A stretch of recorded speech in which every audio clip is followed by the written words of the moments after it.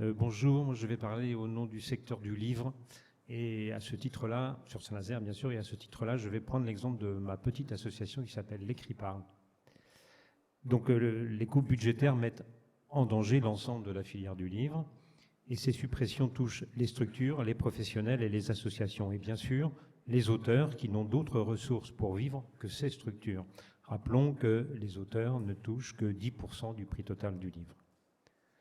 Notre association a été avertie de la décision de Madame Morancet, je crois comme tout le monde, par lettre mailing.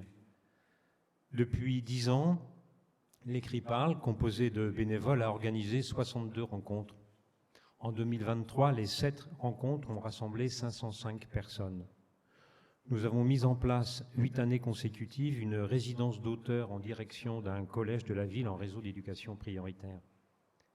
Lecture en partage, une autre activité de l'association qui fêtera sa 10e édition le 11 janvier prochain, a réuni 1200 lecteurs et environ 3000 auditeurs.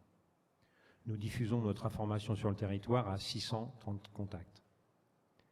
Nous sommes nomades dans la ville. Nous allons à la rencontre de publics divers, certains éloignés de la culture. Nous avons tissé des liens avec différents lieux comme les maisons de quartier, la fraternité protestante, des écoles, des cafés, des structures culturelles.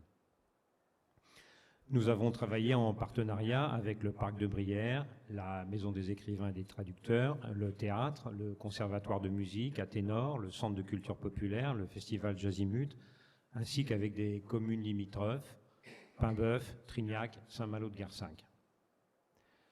La subvention de la région de 2700 € nous est absolument indispensable. Elle nous sert à rémunérer les auteurs invités venus de toute la France et assurer leur défraiement, déplacement, hébergement. Cette suppression met bien sûr notre existence en danger, ou bien risque de rendre notre activité confidentielle, marginale. Et ce sont également toutes les structures assurant des animations autour du livre qui sont concernées. La MIT, la Maison des écrivains et des traducteurs, le Centre de culture populaire ou encore la compagnie OZ. À quoi il faut ajouter la disparition annoncée de 2 structures artisanales du livre au niveau régional, la LIP, l'Association des libraires indépendants des Pays de la Loire, et le Mobilis, qui était un pôle d'animation et de formation pour les libraires, les auteurs et toute la chaîne du livre. La chaîne du livre est une économie fragile. On ne touche pas un de ces maillons impunément. Les premiers impactés par cette décision sont tous ceux et toutes celles avec lesquels nous travaillons depuis plus de 10 ans et pour lesquels nous générons sur les territoires de l'activité commerciale. Les 4 librairies nazériennes, les éditeurs, les auteurs, mais aussi, comme tu l'as dit tout à l'heure, les hôtels, les cafés, etc., tous les prestataires.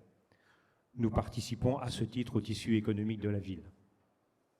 Depuis plus de 10 ans, nous avons contribué avec d'autres à infuser le territoire de littérature, à tisser du lien social, à privilégier le partage dans une société dont on déplore chaque jour qu'elle s'individualise et se referme sur elle-même.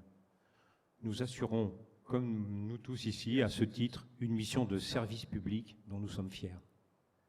Ce choix politique, cette volonté de défaire ce qui a été patiemment construit est inacceptable.